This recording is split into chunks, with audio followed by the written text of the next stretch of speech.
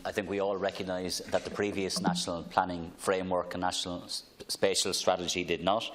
We had many hubs and gateways, and if you look at the South East, where I'm from, and Waterford was designated as a gateway, it's very clear from all of the economic indicators, from right across investment in public services to investment in infrastructure, unemployment rates, employment rates, educational attainment rates, that the South East did not deliver and in fact underperformed. We had the highest level of unemployment, the lowest level of employment for a long time, both before and after the recession. We had the lowest level of educational attainment. We have no university in the region, and while we have a first-class Institute of Technology, we have record levels of people in the South East leaving the region for a third level or fourth level qualification and then not coming back. We don't have the same level of investment in research and development that other regions have, because we don't have baseline funding for R&D as that universities have that ITs don't have. And while we had some investment in recent years, like the motorway, Waterford simply did not deliver as the gateway. And I accept in this plan that the plan is, at least on paper, ambitious for Waterford, which is to be welcome.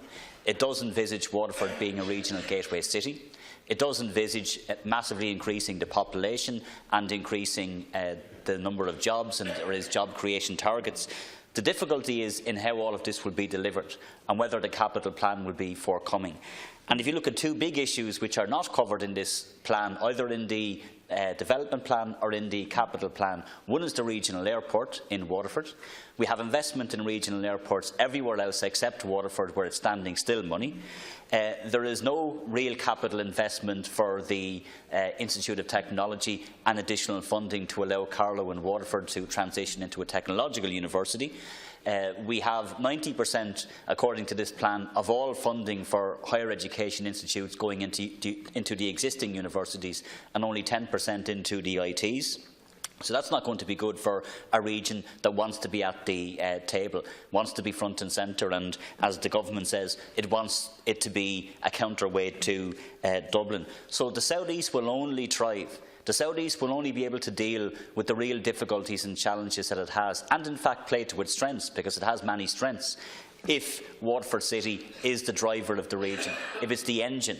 And that's what has to happen. So, as Deputy Munster said, we can have all the rhetoric we want, we can have all the plans and the fine words, unless it's matched with funding, unless we end the silo mentality that exists between different departments and have a single plan that drives real growth, that can cut across the different departments and is underpinned by real funding, then it's simply going to be another document that's high in aspiration and won't deliver.